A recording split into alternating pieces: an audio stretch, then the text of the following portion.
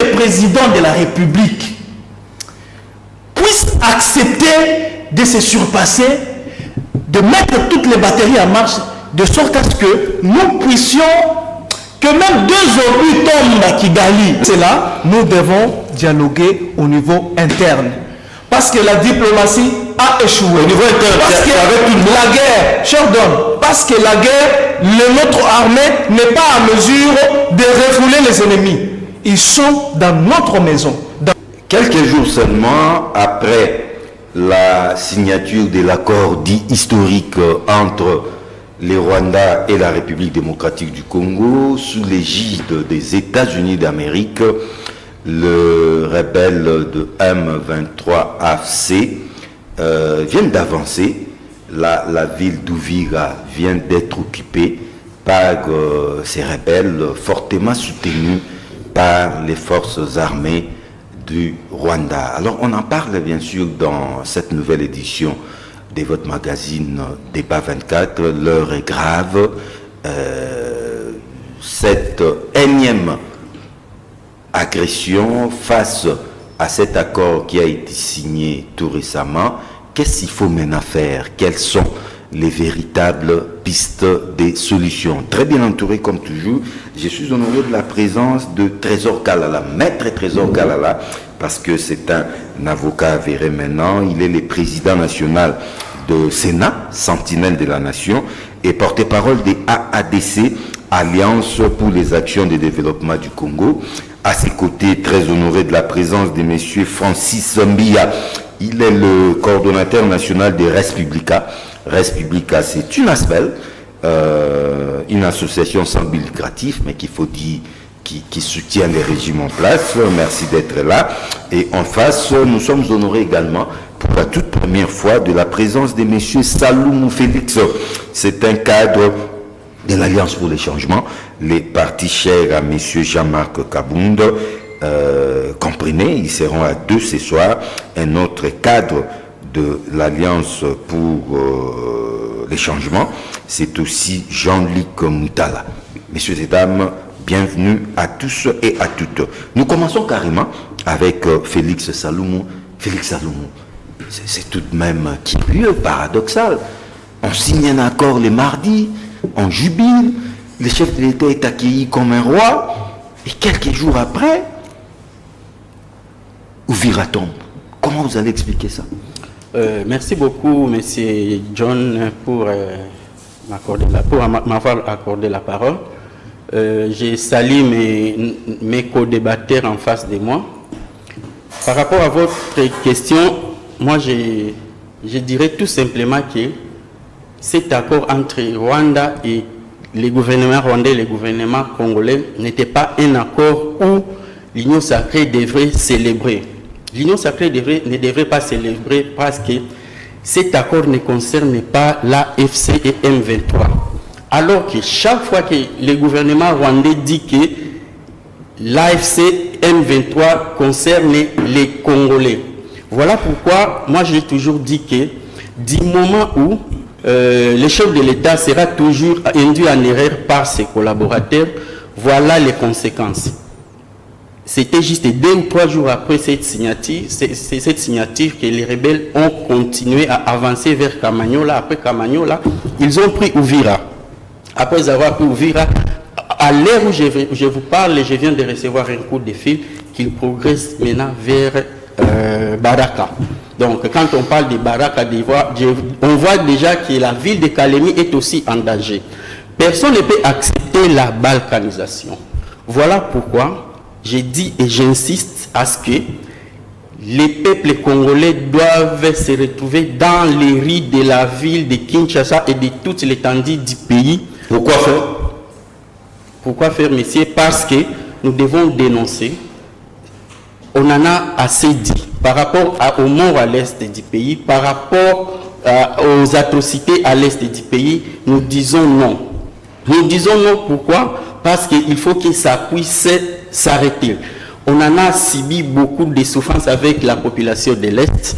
On continue à subir cette souffrance. Ça fait déjà 30 3 décennies, s'il faut que je le dise. J'ai vu tantôt le professeur Mbata en train de s'élever en disant que le président Félix venait de mettre fin à la guerre des 30 ans, alors que la guerre ne fait que continuer. Et aujourd'hui, je lance un appel au président de la République, Félix Tshisekedi. Il doit cesser à écouter ses proches collaborateurs qui l'induisent en erreur. C'est-à-dire? C'était toujours comme ça avec le maréchal Mobutu, quand il prenait à la légère la progression des ennemis, jusqu'à ce qu'ils sont arrivés à Kinshasa, et lui n'avait qu'une autre solution que de fuir la ville. Mais Félix Salum, vous dites que vous faites un appel aux Congolais de battre les pavés, de descendre dans les rues. Pensez-vous que c'est ça la solution? Si nous descendons aujourd'hui dans les rues, la guerre s'arrête. D'abord, nous descendons dans les rues de la ville de Kinshasa et sur toute l'étendue du pays à un but. Le but, c'est d'arrêter les souffrances que nos populations de l'Est ont subies pendant 30 ans et que tous les Congolais doivent se réunir. Les Congolais doivent se réunir autour d'une table. Parce que lorsque déjà le gouvernement rwandais dit que lui n'est pas concerné par la guerre de l'Est, mais vous continuez à accuser le gouvernement rwandais, alors que les gens qui continuent à attaquer nos populations de l'Est sont là, ils sont bien connus, ils sont bien identifiés. Pourquoi ne pas les appeler pour leur demander qu'est-ce que vous voulez au juste? Voilà pourquoi nous allons descendre dans la rue. Nous allons descendre dans la rue parce que nous avons déjà écrit aux autorités compétentes. Il leur revient de nous prendre en charge afin que nous descendions dans la rue, parce que nous avons déjà informé, vous savez, vous et moi, que nous sommes dans un régime d'information et non un régime d'autorisation. Donc nous allons descendre dans les rues de Kinshasa, c'est lundi déjà 15, le lundi 15 décembre, pour dire non aux violences à l'Est, pour nous dire non aux atrocités à l'Est, pour dire non, et cette descente dans les rues, c'est pour faire appel à tout le monde, afin qu'il y ait cohésion nationale. Nous devons nous retrouver autour d'une table pour parler les problèmes du Congolais. Parce que ce que le président ne comprend pas est qu'il est le garant du bon fonctionnement des institutions. C'est lui qui fera les bilans. Ce n'est pas ses proches collaborateurs qui feront les bilans lorsqu'on lui demandera qu'est-ce que vous avez fait de vos 2 mandats. C'est lui seul qui sera devant le peuple pour leur présenter son bilan. Trésor Kalala, l'occupation de ces nouvelles agglomérations, notamment Uvira, n'annonce-t-elle pas une sorte de... Les accords de Washington, voulais-je dire, ne sont-ils pas un mort-né? Merci. C'est pris avec faste ici chez nous. Merci beaucoup, M. John, pour la parole. Laissez-moi saluer les spectateurs et aussi les débatteurs avec lesquels nous partageons ces plateaux et toutes les sentinelles de la nation dont je représente sur ces plateaux. Aussi les membres de l'Alliance pour les actions de développement du Congo, AADC en sigle. Je vous remercie pour la question. Elle est vraiment pertinente. Est-ce que les accords de Washington sont finalement... Oui. C'est une lettre morte. Oui. Ici, il faut reconnaître que nous sommes allés à Washington dans ce que nous avons appelé le front diplomatique. Parce que la guerre a plusieurs fronts. Nous avons le front opérationnel, nous avons médiatique, le front judiciaire, et puis là nous étions vraiment sur le front diplomatique et il fallait s'y mettre. Nous sommes en train de nous battre sur tous les fronts. Malheureusement, il s'est fait que j'estime à ces jours que toutes les démarches diplomatiques ou pacifiques ont prouvé leurs limites. Il faut effectivement penser à autre chose. Avant de donner ma proposition à la fin de mon argumentaire, laissez-moi reculer par peindre un petit tableau sur la nature ou les circonstances de notre guerre, de la guerre faite à la République démocratique du Congo. Ici, il faut noter que cette guerre d'abord n'est pas d'origine congolaise. C'est une guerre qui est importée. C'est une guerre qui nous est imposée. notamment par les États-Unis. À côté de lui, la France, la Belgique, la Grande-Bretagne, le Canada et les multinationales. C'est eux qui ont ficelé le plan de balkaniser le Congo et aussi de piller ces minéraux, si pas de les prendre à moindre coût.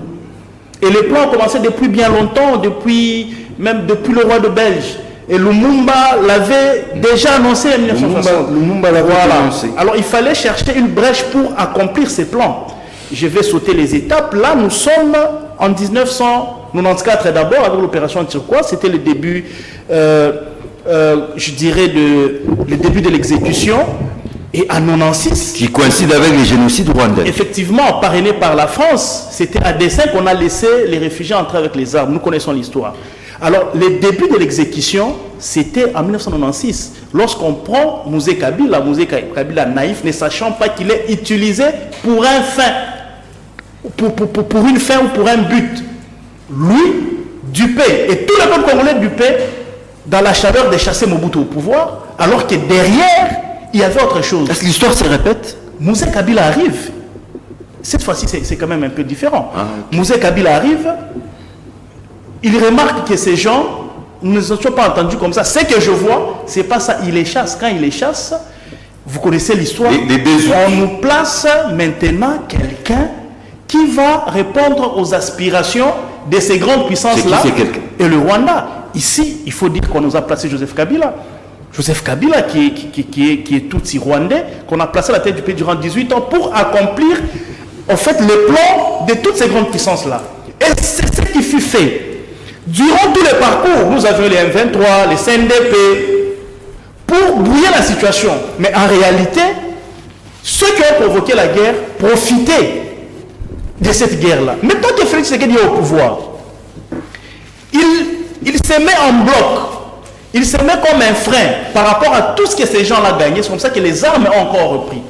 Par leurs les instigateurs, notamment les États-Unis, la France, et tous ces gens-là que je venais de citer ici. Alors aujourd'hui, nous sommes devant un fait accompli. La guerre est au Congo. Les territoires, nous sommes en train de les perdre. Les États-Unis, pour qui nous avions cru qu'ils étaient sincères, à tort. Mais malheureusement, à qui nous avons cru à tort. Il fallait le faire. Pourquoi nous sommes allés vers les États-Unis? Nous avions cru. Parce que les États-Unis, s'il vous plaît, les États-Unis, c'est les pères du Rwanda. Ok? Les États-Unis, c'est les pères du Rwanda. Nous sommes allés vers le père pour qu'il convoque son fils afin de mettre fin à ces velléités. Apparemment, ça n'a pas marché. Et dans le parcours, nous avons constaté, 48 heures après, la situation dégénère. C'est là que ça saute aux yeux. Ça saute aux yeux. Nous voyons clairement que M. Donald Trump et les États-Unis, ils ne sont pas... Les liens entre père et fils sont très forts. Exagérément forts. Alors là, il faudrait maintenant voir le thème. Et c'est ici que je m'avais interdit à Donald Trump. Je l'interdis de chanter dans tous les médias que j'ai réussi à mettre fin à la guerre du Congo. Oui, dans le monde. Il parle de l'Égypte avec l'Éthiopie, il vous parle de l'Ukraine, Irak et il fait Israël. du marketing politique sur la place publique. Je l'interdis de dire qu'il a fini la guerre avec le du Congo. Il est le parrain de Kagame qui agresse la province du Congo. Donc c'est maintenant qu'on réalise tout ça. S'il vous plaît, oui. De tous ces temps, nous savions que les États-Unis est en train d'armer le Rwanda. Mais seulement, dans notre diplomatie, il fallait l'inviter, lui qui est le père. Il fallait aller vers lui. La vraie négociation, c'est à ce niveau-là, parce que c'est lui l'origine. Nous sommes allés pour une semaine après, vous regrettiez que nous ayons signé cet accord? Moi, personnellement... Vous regrettiez? Personnellement, je suis déçu. Je suis déçu. On a perdu les temps. Nous avions privilégié le front diplomatique. Nous avions privilégié la résolution de problèmes de manière... Nous n'avons pas perdu seulement les temps. Nous avons perdu aussi nos terres et les vies humaines. Et mon regret aujourd'hui, c'est là que je vais chuter. Ma proposition serait d'attaquer directement le Rwanda. Ok. Ça sera de la légitime défense. Effectivement. Mais mon regret à quel niveau? Les Rwandais et les États-Unis ont réussi de nous éloigner loin de leurs frontières. Vous comprenez? Ça aurait été plus facile, juste après la chute du Rwanda, plutôt de Goma, faire la réplique. Mais maintenant que Goma est occupé, Bukavu est occupé, aujourd'hui c'est Uvira, nous sommes tellement loin de la frontière du Rwanda au point qu'on ne sait pas faire du mal directement aussi au Rwanda. C'est là que mon regret et ma crainte. Mais donc, tout n'est pas perdu. stratégique, effectivement. Ça pose problème. Mais tout n'est pas perdu. Ici, nous pouvons récupérer la situation si le président de la République prend ses responsabilités à main à 100%. On convoque un dialogue. Il n'y a pas de complaisance. Non, le dialogue politique ne va pas apporter des solutions. Là, c'est la deuxième partie de l'émission. À la crise sécuritaire. Deuxième partie. Ici, le président de la République doit prendre ses responsabilités en faisant quoi? En arrêtant d'être complaisant. Ok. Il faut... Alors, deuxième piste de solution, deuxième partie de l'émission. Là, nous essayons d'abord de faire un constat.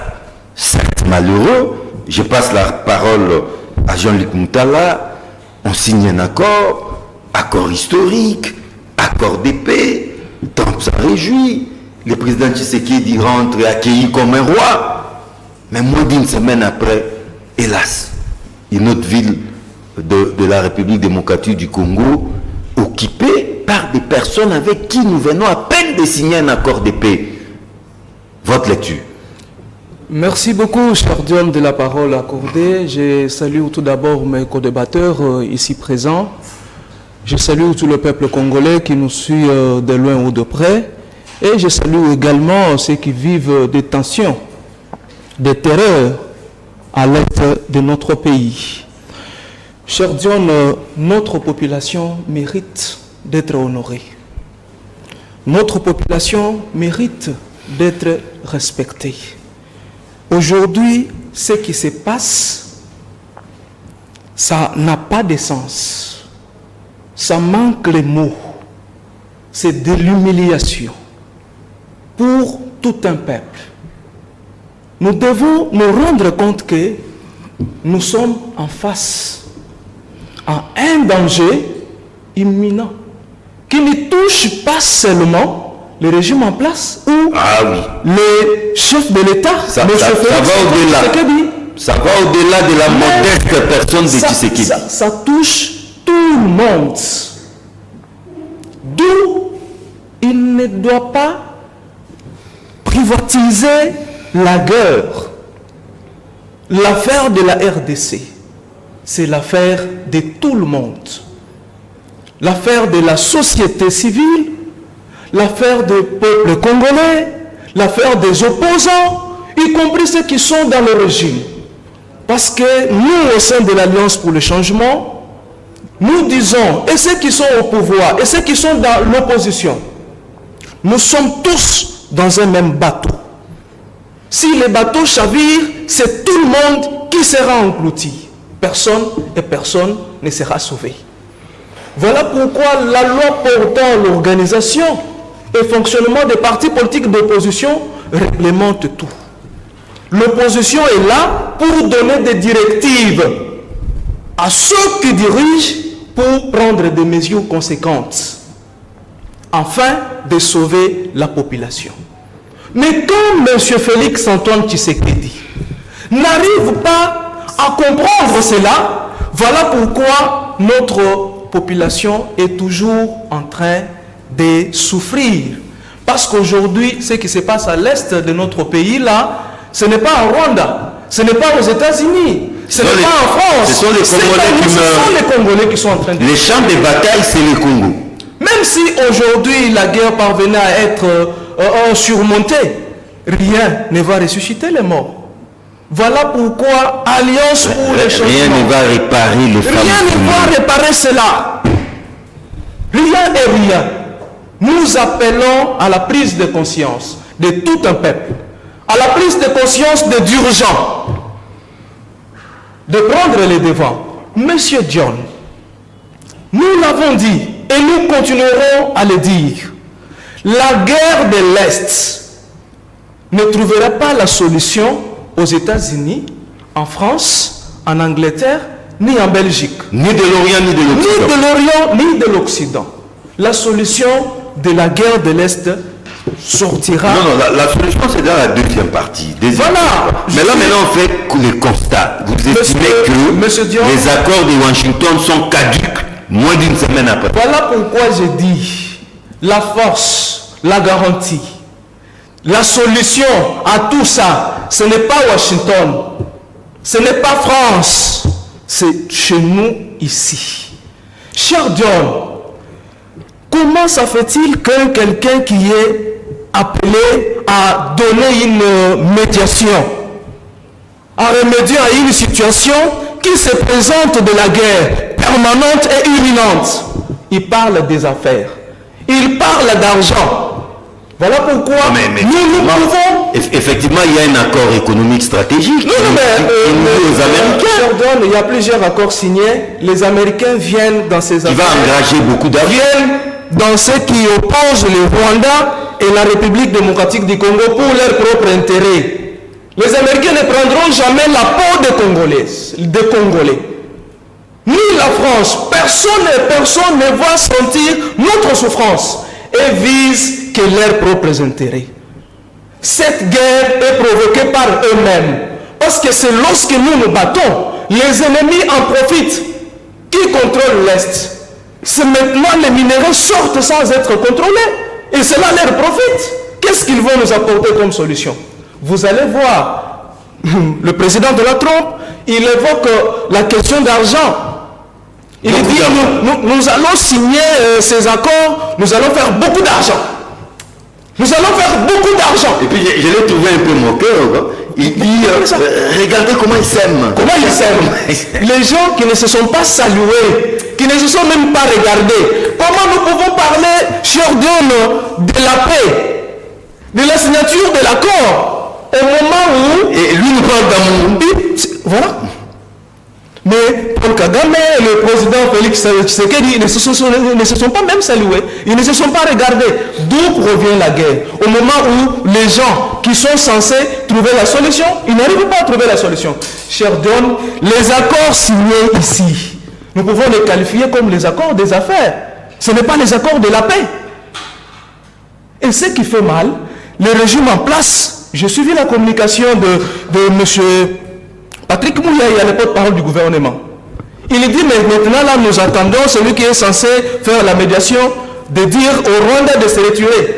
Ce n'est pas les papiers ici. Ce ne sont pas les stylos. L'Union sacrée compte même organiser des marches, des sit-ins. Les marches, des sit-ins de la majorité, ça va apporter quoi? Ce sont eux qui ont les armes. Ce sont eux qui ont la signature, qui devraient s'imposer pour apporter des solutions. Cher Dion, ici, ce n'est pas tout ce qui se passe là. Ici, ce n'est pas les bruits. Ici, c'est la vie que nous devons sauver. Merci beaucoup. Déjà, je prends la res publica, notre chose publique, notre case s'appelle la République démocratique du Congo. Si aujourd'hui ça brûle, c'est nous tous qui allons en pâtir. Francis Mbia, on signe un accord, des accords, célébrer, c'est la fin d'une guerre qui a duré pendant 30 ans. Moins d'une semaine après, on nous attaque, on commence à occuper des agglomérations. Comment allez-vous l'expliquer? Est-ce que ces accords étaient teintés d'hypocrisie? Ces accords sont-ils déjà morts? Merci beaucoup, mon frère Lyon. Profitant comme mes prédécesseurs, saluant les collègues qui sont avec moi sur ce plateau, tous ceux qui vont nous suivre à travers cette échange. D'emblée, j'aimerais ici rappeler à nos amis que la hauteur que prendra la République démocratique du Congo va dépendre de ce que nous, Congolais, nous prendrons comme décision. À la réaction, notre réaction. C'est-à-dire que nous devons avoir cette culture de pérenniser les valeurs républicaines. Et ça nous échappe à chaque fois que nous nous mettons chacun dans sa casquette politique ou tribale ou je ne sais quoi encore. Cela aussi remet en cause notre volonté de vouloir vivre ensemble. La citoyenneté que nous portons aujourd'hui en République démocratique du Congo n'a pas été notre choix. N'a pas été notre choix. Dieu a voulu que nous soyons des Congolais et ce n'est pas pour ça que nous devons mourir autant. Et ce que je vous dis est plus connu par le président de la République, chef de l'État, qui, à son arrivée au pouvoir, a vu l'image de la République et il a commencé à faire les pas vers ceux qui s'est tapoté la poitrine, qui sont des puissants, ils vont balkaniser la RDC, ils ont des projets, ceci, cela, comme les amis étaient en train de le dire. Félix Tshisekedi était le premier à voir ces tableaux sombres. C'est là, nous devons dialoguer au niveau interne. Parce que la diplomatie a échoué. Parce que la guerre, parce que la guerre, notre armée n'est pas à mesure de refouler les ennemis. Ils sont dans notre maison, dans notre pays. Ils pillent, ils violent. Les champs de bataille, c'est dans notre pays. D'où ces gens-là ne sont pas venus d'eux-mêmes pour rentrer dans notre pays. Il y a des Congolais qui se sont facilités, qui nous ont facilité d'entrer dans notre pays. D'où, qu'est-ce que nous devons faire? Appeler tous ces gens-là et venir ici autour d'une table, dialoguer pour trouver la solution. De son prédécesseur, c'était un chaos. Mon frère l'a évoqué tout à l'heure. Vous vous rappelez, depuis 1994, lorsqu'on parlait de ces Rwandais-là qui traversaient des réfugiés qui venaient en RDC, notre vieux ici, Kengo Nondo, s'y était opposé en son temps même. Il a dit, bon, c'est ce que les Burundi est en train de faire actuellement. Il a fermé ses frontières. Parce que quand les gens entrent comme ça, ils peuvent entrer comme des réfugiés. Mais pour sortir, aujourd'hui, Kagame utilise la même raison pour nous faire la guerre et faire ce qu'il est en train de faire dans l'Est. Alors, personnellement, je voudrais revenir à notre souci, à notre volonté, à notre comment dirais-je, combat de vouloir réunir les Congolais autour d'un idéal. Moi, je vous parle des accords de Washington. L'avenir de ces accords. C'est ça d'abord ma préoccupation. Nous devons circoncire les choses. Il ne faut pas qu'on aille en ordre dispersé. On doit voir la logique de ce que nous donnons. Parce qu'il y a des gens qui nous suivent, ils doivent retenir quelque chose. Alors, le débat sur ces accords n'aura son vrai sens que lorsque les Congolais comprendront qu'on ne peut pas réduire la valeur de res publica à un individu. Quel individu que nous appelons d'ailleurs locataire? Tshisekedi. C'est un locataire, il passera. Après son passage, que deviendra ce pays? Le pays de mes enfants, de mes petits-enfants. Nous allons rester là éternellement dans nos partis politiques. Donc, à cause de la haine qu'on a à l'endroit d'un homme, on veut brader l'avenir de toute une nation. Les valeurs fondamentales que nous devons léguer à nos enfants, à nos petits-enfants. Et ça, c'est malheureux pour moi. Quand je suis le débat à travers le média, je me dis, est-ce que nous comprenons ce que nous disons? Félix fait partie de cet ensemble de la République démocratique du Congo. D'abord en tant que citoyen et en tant qu'institution, la première de la République. Il fait du mieux qu'il peut pour que la situation arrive à changer en notre faveur, la faveur du peuple congolais. Parce que parmi le reste public, Félix en fait partie. Il a le scrutin des millions de Congolais. Il a été élu au suffrage universel direct. C'est-à-dire c'est un élément de confiance qu'il détient.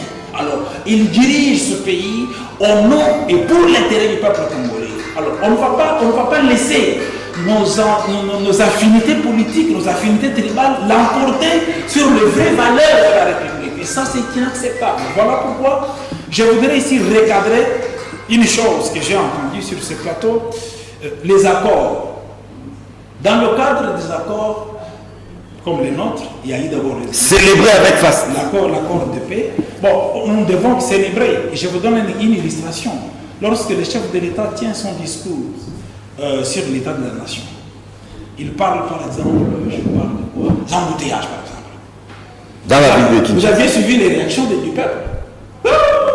C'est-à-dire, on ne chante pas à la gloire de l'individu.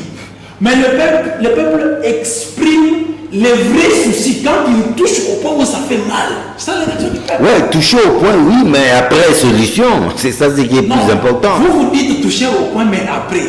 Ouais. Et après, on constate. Écoute, je vais vous dire. Et après. Entre le point et les après, là, oui. Ce n'est pas aussi facile qu'on les prononce de la bouche, mon frère John. Je vous rassure. C'est facile à dire. Après avoir dit, on va montrer et après. Mais après, là, ce n'est pas aussi facile qu'on le croit. Nous avons un parcours dans un pays durant 18 ans infiltré sur tous les plans. Que ce soit sur les renseignements militaires, que ce soit sur la mais faisons du contre-espionnage, Toutes les armées du monde sont infiltrées. Ne vous en faites pas. Oui. Vous parlez du contre-espionnage dans quel contexte, mon frère? Dans quel contexte? Pour un pays qui s'est préparé à faire la guerre et la guerre qui a fait 30 ans. Nous rêvons. Nous rêvons. Félix il a dit que l'objectif principal serait que ce pays soit divisé ailleurs. Je vous trouve fataliste. Il n'est pas dans le débat. Défaitiste. Non, je vous dis ceci. Il n'est pas dans les débats. Aller dans la fatalité. Je ne voudrais pas aller aussi dans la spéculation, comme les amis, comme mon frère. Qui spécule ici? Nous avons des accords qui ont été signés par les États-Unis et le président américain l'avait bien dit et la RDC était venue vers lui pour demander qu'on signe ces accords. Voyez-vous, il y a deux choses que nous devons savoir. La première des choses, ce sont les causes principales de cette guerre que nous vivons aujourd'hui. Non, mais on ne va pas revenir sur ça. Non, on ne revient pas. Je vous rappelle, il y a des gens qui ont perdu des repères. Alors pour terminer. En voulant spéculer, on oublie les causes externes et internes qui nous ont amené là. Vous gardez ça dans la deuxième Parmi partie. les causes externes, Oui. nous avons cette diplomatie que le chef de l'État a réussi à faire brio. Mais aujourd'hui, ça portait quel résultat? Je vous dis ceci. Oui. Nous pouvons parler du dialogue, de ceci à l'interne. Deuxième partie de l'émission. Je n'ai pas encore deuxième partie.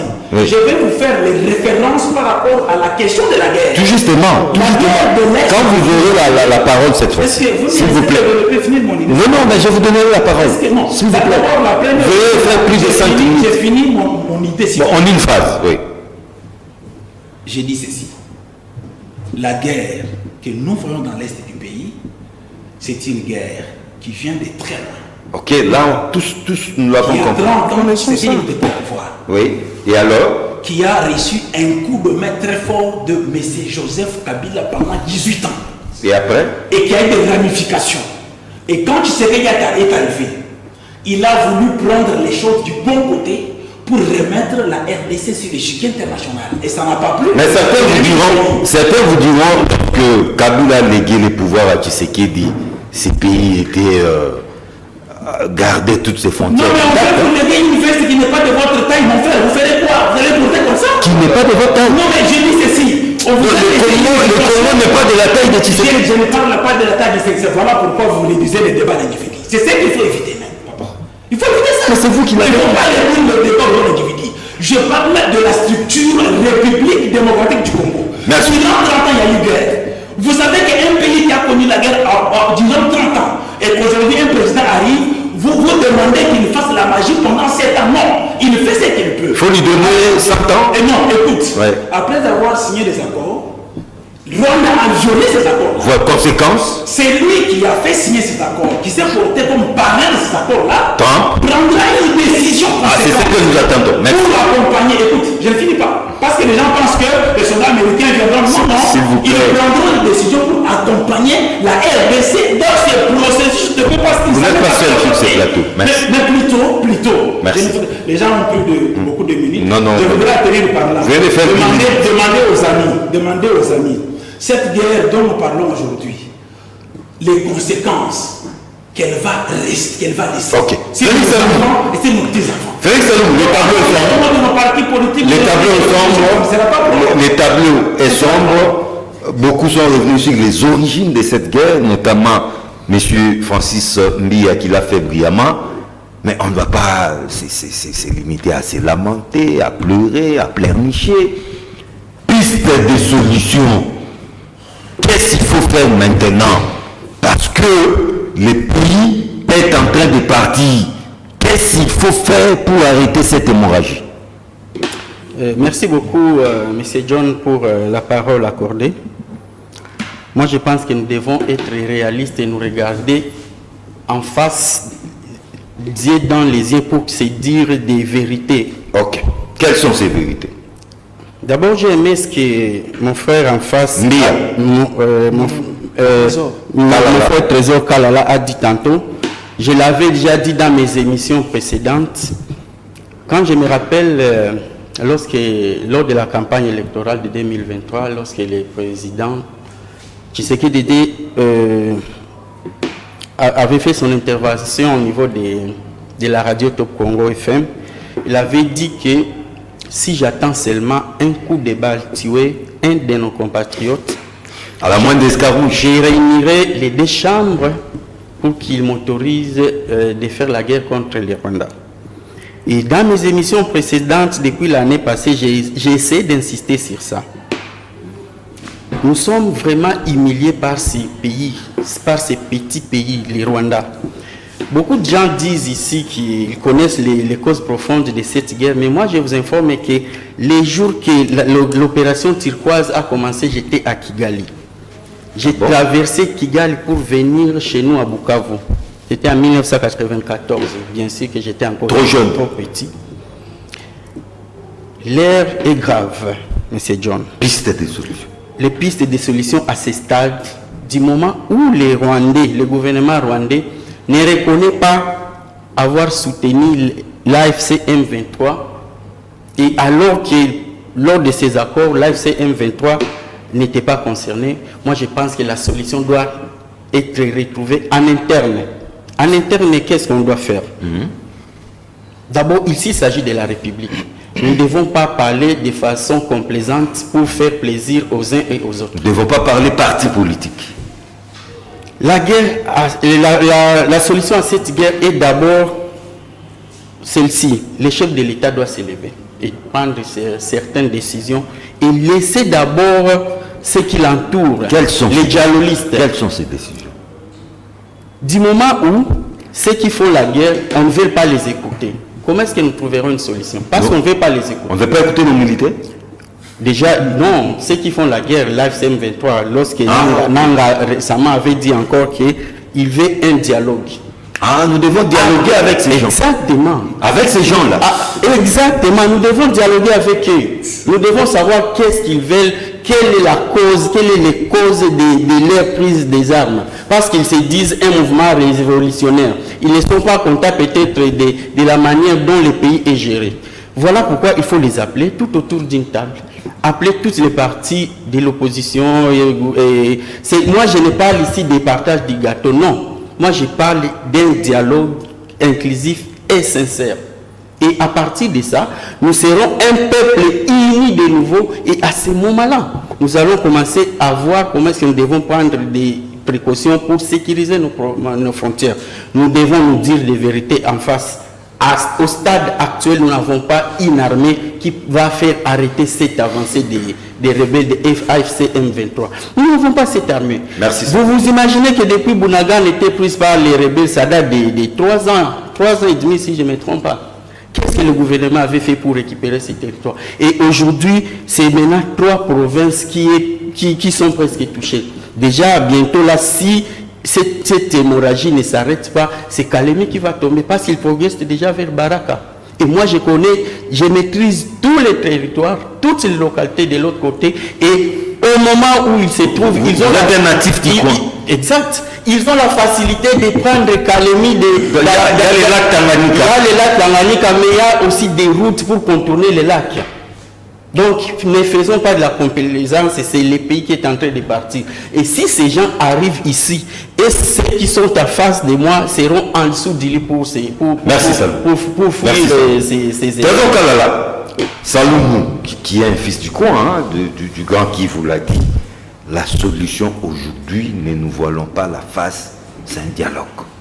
Pas n'importe quel dialogue, un dialogue inclusif, y compris les M23, l'AFC et certainement sauvons la République démocratique du Congo ici de Joseph Kabila Kabange. Qu'est-ce que vous en pensez? Parce que l'heure est grave. Oui, effectivement, l'heure est grave, comme vous le dites. Mais ici, nous ne devons pas plonger dans la méconnaissance de la raison profonde de ce qui nous arrive. C'est très important. Vous savez, moi, je ne peux pas refuser le dialogue. Le dialogue, nous avons grandi, nous sommes nés dans les dialogues, nous avons grandi dans les dialogues. D'ailleurs, il semble que depuis 1960 à ces jours, nous avions plus ou moins 73 dialogues. toutes ces formules-là, table ronde, forum, consultation, dialogue, conclave, conférence, nous avions eu 73 formules, depuis 60. Donc nous sommes nés dans ça, nous avons grandi dans ça. Donc le dialogue, c'est le mode. C'est notre pain quotidien. Effectivement. Mais lorsque nous allons dans les dialogues, il y a des thématiques de dialogue. Nous avons aussi les interlocuteurs dans ces dialogues. Tout le monde. Ici, on ne mélange pas le pinceau. Il ne faut pas mélanger les serviettes et les torchons. Nous allons dialoguer. Pourquoi? Et ça sera quoi la finalité de ces dialogues-là? Nous allons mettre fin à la guerre. Attention. Oui. Ici, il y a deux choses. Il y a un dialogue ou une négociation au niveau international. Doha. Au niveau international, nous avions eu des dialogues dans la sous-région, dans la région, à Doha, aux États-Unis. C'est un palier. Nous avons un autre palier, le dialogue à l'interne. Vous verrez que les deux thématiques sont séparées. À l'interne, nous pouvons avoir un dialogue politique. Comment les élections prochaines peuvent se passer? Pourquoi il y a des détournements? Comme toute la question économique. La crise à l'Est. Ce sont des questions que nous pouvons traiter dans un dialogue politique. Moi, ce que je ne veux pas, c'est que l'on s'accroche à la crise sécuritaire, connaissant qu'elle n'est pas d'origine congolaise, mais on veut faire un raccordement frauduleux. Ça n'a qu'un problème. Monsieur John, ici à la télévision solennellement, je demande au président Tshisekedi de ne même pas aller au dialogue. Parce qu'au dialogue, on veut sa démission. Je demande au président Tshisekedi de démissionner. De démissionner? Oui. Je demande au président Tshisekedi de démissionner, de quitter les pouvoirs. Et après? Et on va voir si les Rwandais vont se retirer de Goma, Bukavu et de Uvira. Donc, comme pour vous dire, le dialogue interne entre Congolais n'empêchera pas à Kagame d'agresser la population du Congo. Mais si un instant. Visiblement, vous ne voulez pas du dialogue. L'option qui nous reste, c'est de faire la guerre. Mais avec quelle armée? John, je vais y arriver. Il ne faut pas dire que vous ne voulez pas du dialogue. Moi, j'ai dit ici. Le dialogue inclusif, vous n'en voulez pas. Ici, les politiciens doivent éviter de faire les malins. Il faut éviter de chercher un positionnement pour les uns et un repositionnement pour les autres. S'accrochant à la crise sécuritaire dont ils sont conscients que cette crise n'est pas d'origine congolaise. Mais ils se cachent derrière ça pour aller dans un dialogue politique. Est-ce que vous comprenez là où moi je suis? Je ne sais pas si vous me comprenez ou vous voulez me faire péril à la demeure. Il y a péril à la demeure. La solution ne viendra pas d'un dialogue entre Congolais. Parce que l'origine est externe. Et c'est à ce niveau-là où nous sommes. Il faut couper l'arbre par sa source. En faisant quoi? C'est ce que nous étions en train de faire.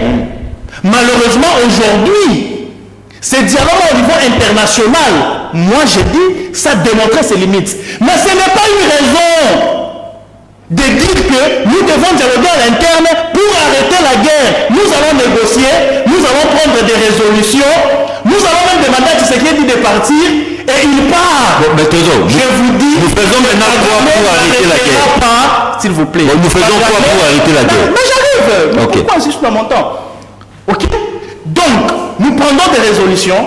Tshisekedi démissionnera, il partira. Kagame et les Américains, les Français, les Belges, tous ceux qui trouvent intérêt dans cette instabilité du Congo, ne reculeront pas et le pays restera toujours en train de tourner en rond. Nous pouvons remplacer Tshisekedi. Tshisekedi peut mourir cette nuit.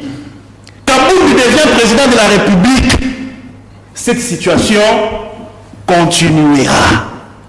C'est comme ça que moi je dis ici, le combat et ailleurs, ne confondons pas l'adversaire. La solution, ici, la solution est au niveau du président de la République et au niveau des troupes sur le terrain. Comment? Je demande au président Félix, je sais qu'il a la conscience, mais de redoubler encore sa conscience. Nous ne pouvons pas accepter qu'une ville comme Bukavu, Goma, Uvira tombe et au niveau de l'état-major, nous avons les mêmes dirigeants. Jamais. Non. Il faut qu'il y ait des sanctions. Nous devons éviter la complaisance. Ici, je parle comme patriote. Ce n'est pas normal que nous sommes dans une période de guerre Ça s'appelle un remaniement. où nous avons un ministre de la Défense qui est juriste comme moi. Moi, je ne connais pas les armes. Mais il a d'abord été infirmier avant de devenir juriste. Ça, c'est vous qui le dites. À ce Non, que je sache, c'est connu. il est avocat, il a prêté serment dans mon barreau. Ici, nous devons mettre les bonnes personnes à la place qu'il faut. Parce que nous avons encore la chance. Moi, je disais dans mon premier tour des paroles que mon regret, c'était celui que nous sommes en train de nous éloigner des frontières du Rwanda. Et c'est fait à dessein. Parce que tous les discours ici sont suivis par les services rwandais. Ils sont forts dans l'information. Ils savent que le Congo pousse leurs dirigeants à nous faire la guerre directement. Et par conséquent, il faut les éloigner de nos frontières. Donc, et c'est ce qu'ils sont en train de faire. Moi, je suis en train de proposer. À tout le niveau. Il faut mettre des personnes qu'il faut à la place qu'il faut.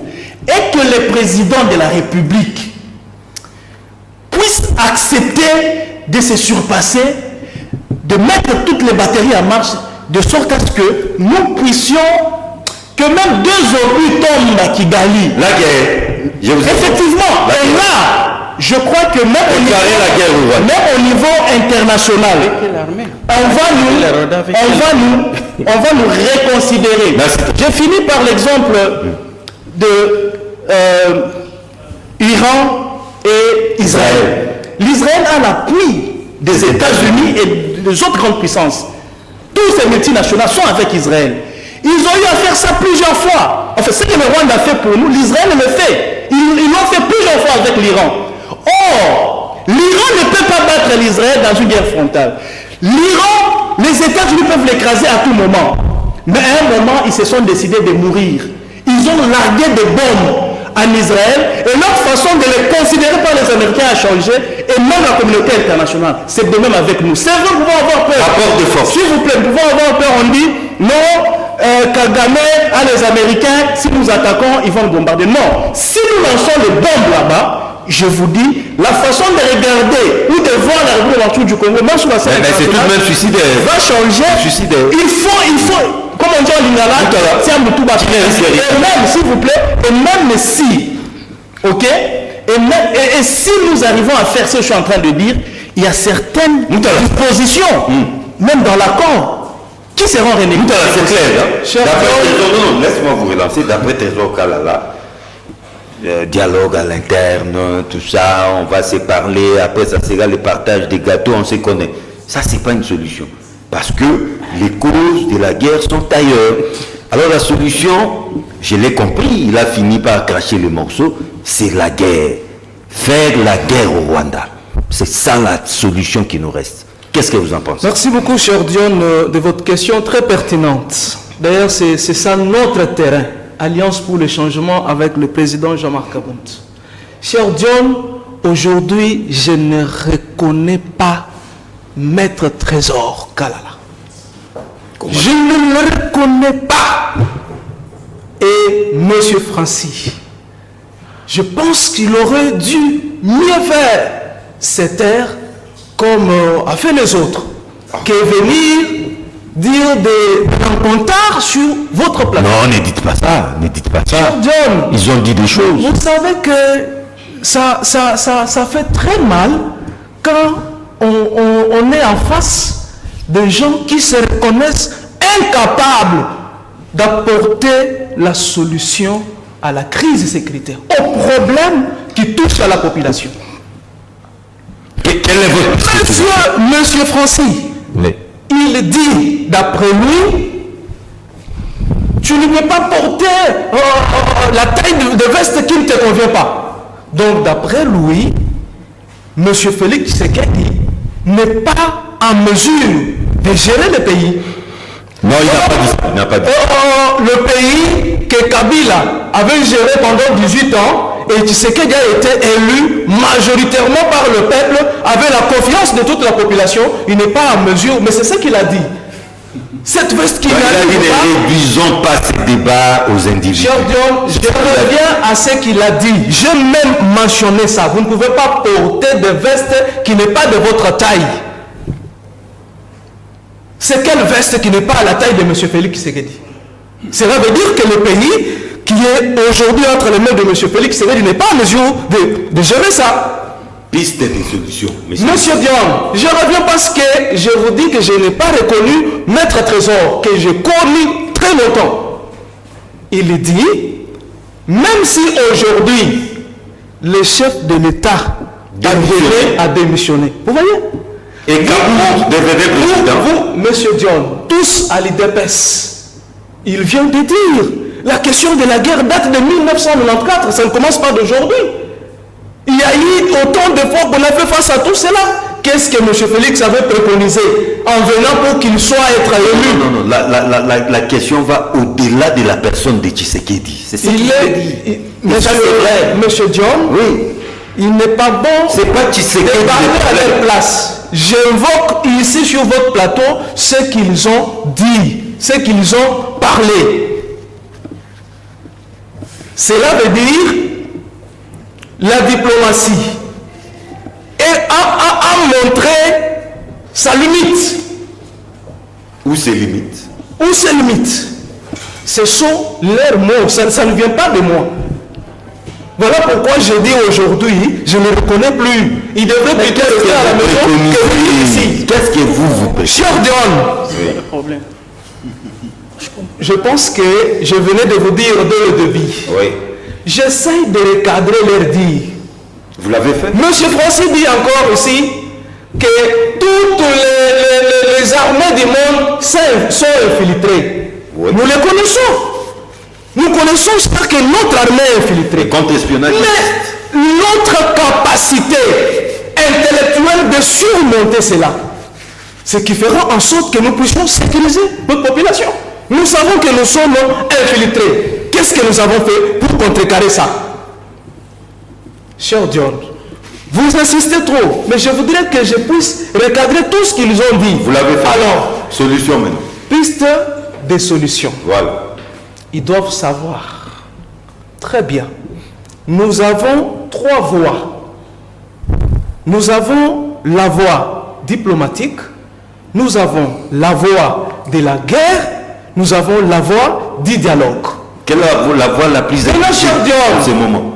Première voie diplomatique qui était privilégiée par M. Félix. Qui patouche. Vous avez vu ce qu'il a récolté. Mais il n'a pas bien suivi la proposition du président Jean-Marc Abound.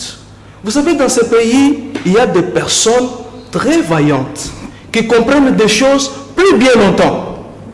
Dès le début, l'honorable Jean-Marc Abound avait proposé deux pistes de solutions, deux plans pour la sortie de cette crise. Il avait dit que nous devons tenir le dialogue au niveau international. En disant cela, il n'avait pas dit au régime en place de dire que non, ce dialogue, vous allez tenir avec M. Trump, c'est fini. À Washington. À Washington, non. L'Alliance pour le changement avait dit tenir ce dialogue au niveau international. Cela veut dire, Maître Trésor vient de le dire, que notre pays est attaqué par des pays voisins, par des pays au niveau... C'est un pays... Vous voyez ça? Voilà pourquoi l'honorable avait dit, à ce niveau, nous devons voir la présence des organismes internationaux. Nous devons voir la présence de tous les pays cités à la guerre de l'Est. Mais ça a été fait. Y compris l'ONU, y compris... Non, mais ici, qu'est-ce qui a été fait? L'Union africaine. Non, mais nous avons seulement la signature sur les accords, cher Dion. Il n'y a que Trump, M. Félix Tshisekedi et Paul Kagame. Avec des témoins. Quels témoins? Est-ce qu'ils ont signé? Ils n'ont pas signé, cher Dion. Ici, quel est l'organisme international qui était là présent? L'Union africaine. Non, c'est une question que Trump a récupérée. Il a fait ça, une question privée. Donc nous, on avait souhaité à ce niveau-là. Il n'a pas fait selon ce que nous, on en pensait.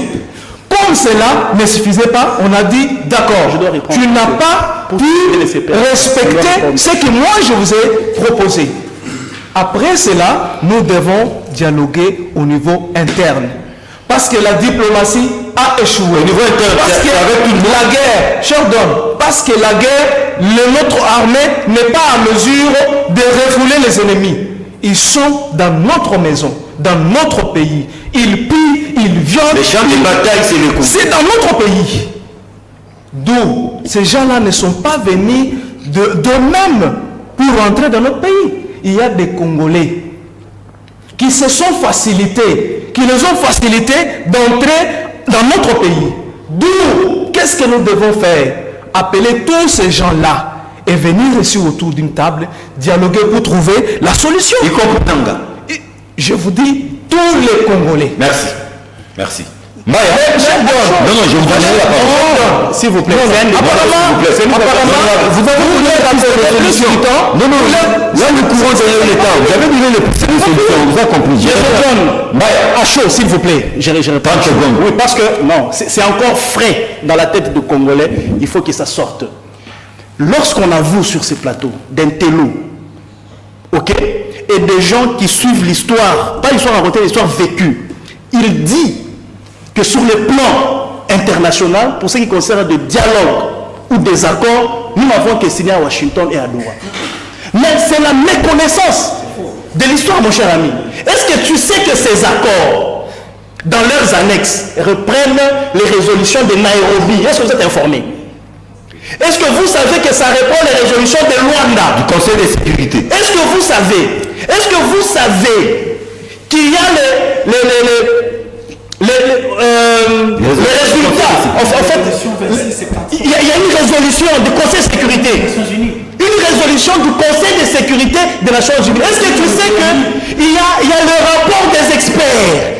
De quoi est-ce que vous venez parler sur ce plateau? C'est comme ça que même au début, je vais revenir. Vous aviez dit encore une bêtise ici. Moi, je ne voulais pas entrer dedans. Mais quand vous commencez à dire non, vous ne me reconnaissez pas, alors je crois qu'il faut que vous puissiez me reconnaître. Mon cher ami, au début, vous avez dit ici, non, l'opposition, dans sa loi de 2004, est en train de prévoir, il y a une disposition qui prévoit que l'opposition doit donner des directives au gouvernement avant la fin de cette émission. Donne-moi la disposition. Okay. Qui stipule que l'opposition donne une directive à un gouvernement qui exerce le pouvoir? Ça vient d'où? Des propositions. L'opposition peut faire des propositions. Directive et proposition, c'est pareil. Vous voulez tomber comme vous? Maître, calmez-vous, je sais, mon frère. Là, bon, là, c'est sous réserve de ma prise de parole. J'aurai ma parole. Donc, vous avez... Non, j'aurai ma parole. épuisé dans votre timing. Nous consommons 2 minutes pour ne rien dire. Puis faire des solutions. Ce ne sont pas tous ceux qui courent qui vont quelque part, vous savez. Je vais quitter le plateau. Hein.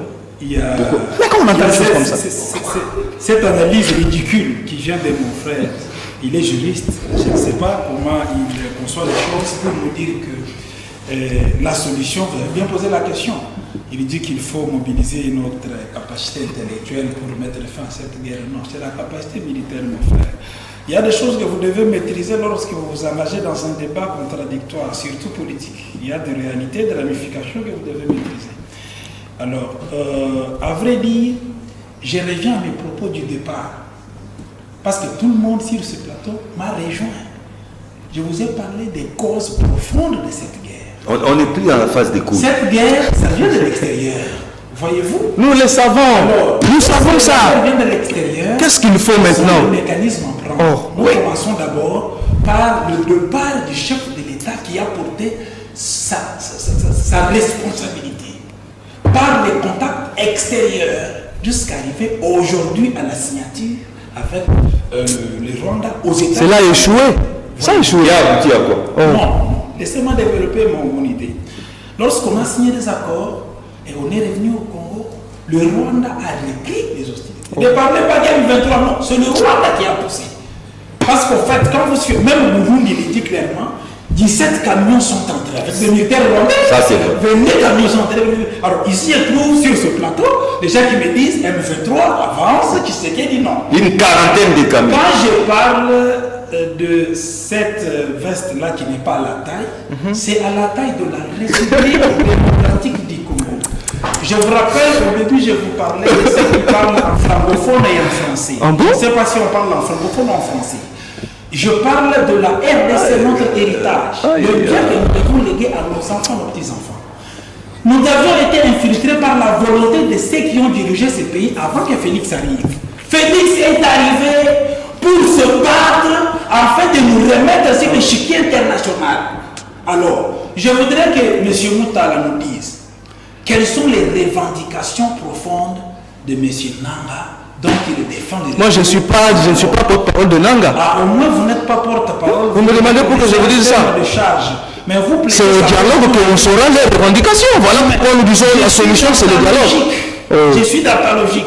Maintenant, tu déclines la responsabilité d'être le porte-parole, mais cependant, tout à Non, il ne l'est pas. Nous avons donné des pistes de solutions. Tu as voulu que Nanga participe au dialogue. Je te pose la question. Tu te portes un avocat de Nanga pour qu'il vienne au dialogue.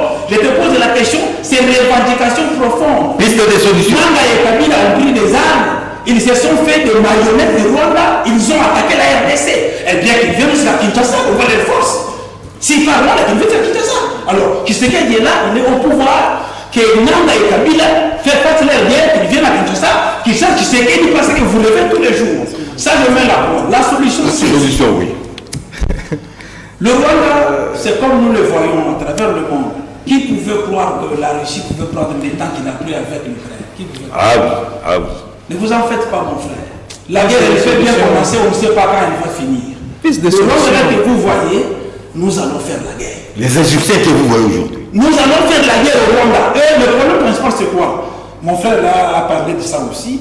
En dehors de mesures fortes que les chefs de l'État doivent prendre contre tous ces responsables militaires et ces généraux infiltrés. Parce qu'en fait, n'oubliez pas seulement qu'il y a les généraux, il y a même les fils natifs du Grand Kivu qui s'enrichissent sur les dos qui sont leurs propres frères.